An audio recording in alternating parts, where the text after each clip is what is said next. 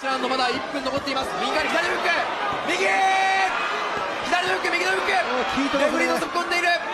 左フックから右のフック、左右、左フック、右、レフェリーストップ。Nito lang July 6, 2024, ay muling napalaban sa Japan ang ating kababayan na si Michael Kasama, kung saan itinapat sa kanya ang undefeated Japanese boxer na si Kota Kaneko, para sa isang 8 rounds featherweight bout. Ang laban ng dalawa ay ginanap sa Tokyo, Japan, at bago ang kanilang laban, ay may boxing record noon si Michael Kasama, na 9 na panalo, 2 talo, at may 9 na panalo na nagtapos sa knockout.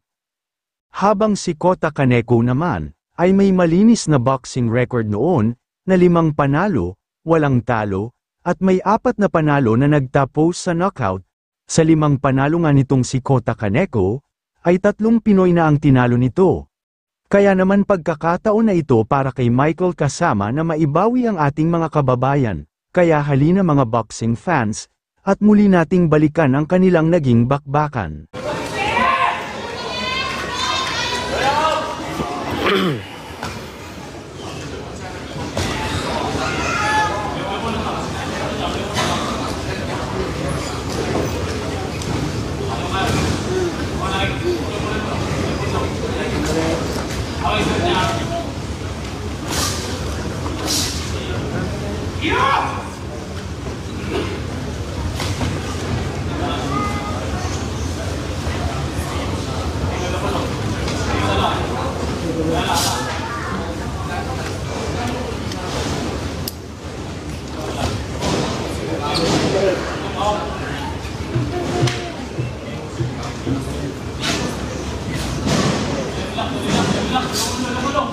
Shoutout sa Erson Trinidad, mabuhay ka hanggat gusto mo.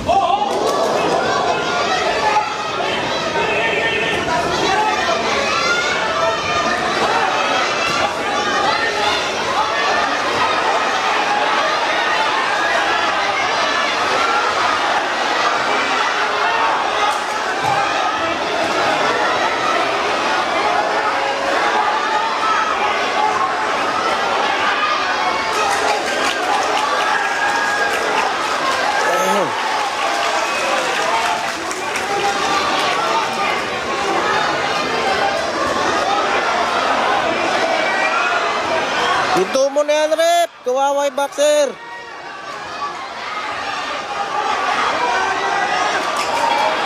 Matapos paulanan ng suntok ni Michael Kasama ang Japanese boxer, ay doon na itinigil ng referee ang laban.